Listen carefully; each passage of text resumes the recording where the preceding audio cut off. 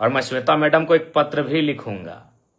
मैं कानूनी कार्रवाई के लिए तो एसपी महोदय को लिखूंगा ही उनके समर्थकों पर, लेकिन श्वेता मैडम को भी लिखूंगा कि श्वेता मैडम, अगर ढोलू महतो कल पहुंच जाए माननीय सांसद, तो क्या आपके समर्थक उनका बोर्ड उखाड़ेंगे?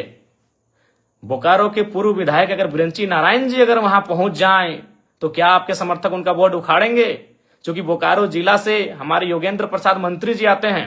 कल को अगर विस्थापितों के समर्थन में योगेंद्र प्रसाद मंत्री जी पहुंच जाएं, तो श्वेता मैडम, क्या आपके समर्थक और आप उनका बोर्ड उखाड़ेंगे?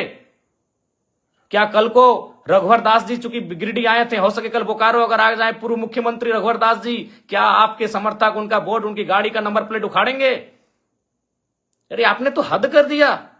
और आप क्या बयान दे रही है इंटरव्यू में कि कुछ दिनों पहले, अरे आप जब विधायक बनी है ना मैडम, तब से आप में ये तेवर है। जब हम विधायक नहीं बने थे ना, उससे पहले से हम विस्थापितों की आवाज बनते आए हैं और विस्थापितों के धरने में, आंदोलन में सहभागिता देते आए हैं। क्या बात करती हैं मैडम? आप एक स्त्री थी इसीलिए मौन रहें, आप एक नारी थी इसलिए मौन रहें। बाकी आपको स्वयं मालूम है आपने आज क्या कृत्य किया। हमने ना आपको कुछ बोला था, हम तो, मेरी गाड़ी वहां खड़ी हुई थी, हम तो केवल आपके, हमारी गाड़ी गई थी ना, हमको तो मालूम भी नहीं आप एक महिला हो के विधायक हो के इस प्रकार आई। पहले तो विरोध किया, हमने आपसे पूछा कि मैडम क्या बात है, क्या बात है? आपने पहला लाइन यही कहा कि मेरा विधानसभा है, आप कैसे आ सकते? हद है भाई।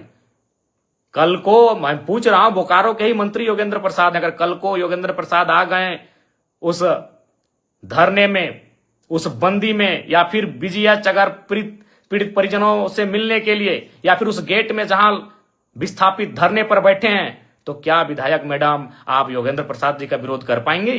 या कल को ढोलू महतो चूंकि सांसद हैं, अगर ढोलू महतो जी पहुंच गए, क्या आपके समर्थकों में, आप में वो कुव्वत है कि आप उनका नंबर प्लेट उखाड़ देंगे? बड़ा दुर्भाग्य लगा मैडम, बड़ा दुर्भाग्य। आप क्या बयान दे रही हैं कि कोई माहौल खराब करे?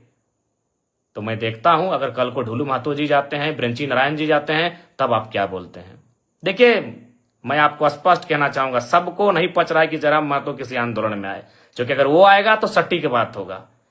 और बाकी कहना नहीं चाहिए मैडम, लेकिन जब आपने हद पार किया है तो मैं सुनी खबर आपको सुना दूं। सुने आपके घर में आपके रिश्तेदार कहिए या आपके खास कहिए, उनको ठिका मिलता है बीएसएल में।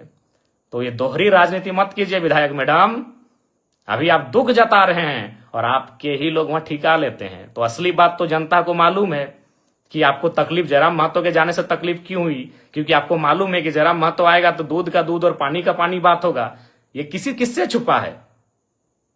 चलिए, नाम लेने में अचरज का है। सुने आपके पति महोदय को वहां ठिका मिलता है, अभी करोड़ों का ठिका मिलता है, तो आप में हम मुझे देखकर आपका बौखलाना तो लाजमी है।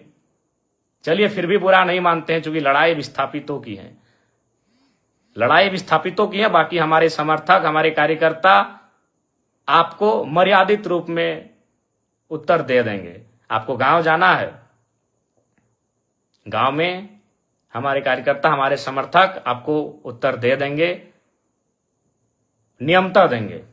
लेकिन आपका ये जो बयान, ये भर्सन कि बोकारो मेरा है, बोकारो विधानसभा मेरा है, वही तो हम देख रहे हैं। अगर कल योगेंद्र प्रसाद, चूंकि वो तो गोमिया के विधायक हैं, आपके हिसाब से वो गोमिया के विधायक हैं, अगर वो कल चले जाते हैं माननीय योगेंद्र प्रसाद, तब किताब के समर्थक उनका बोर्ड तोड़ते हैं कि नहीं तोड़ते, ये भी हम देखेंगे। ढोलू महतो जी अगर चले जाते हैं तो आपके समर्थक उनका बोर्ड तोड़ते हैं कि नहीं तोड़ते हैं, हम ये भी देखेंगे।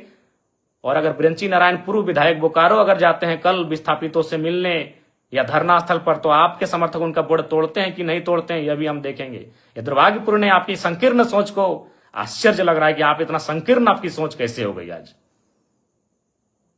खैर, सोच आपकी संकीर्ण कैसे हुई, और हमको बिल्कुल स्पष्ट कहेंगे, झारखंड वासियों, विस्थापितों, विधायक मैडम के साथ जितने लोग पीछे खड़े थे, आप करीब से उनको चेक कर लीजिए, वो झारखंडी नहीं थे।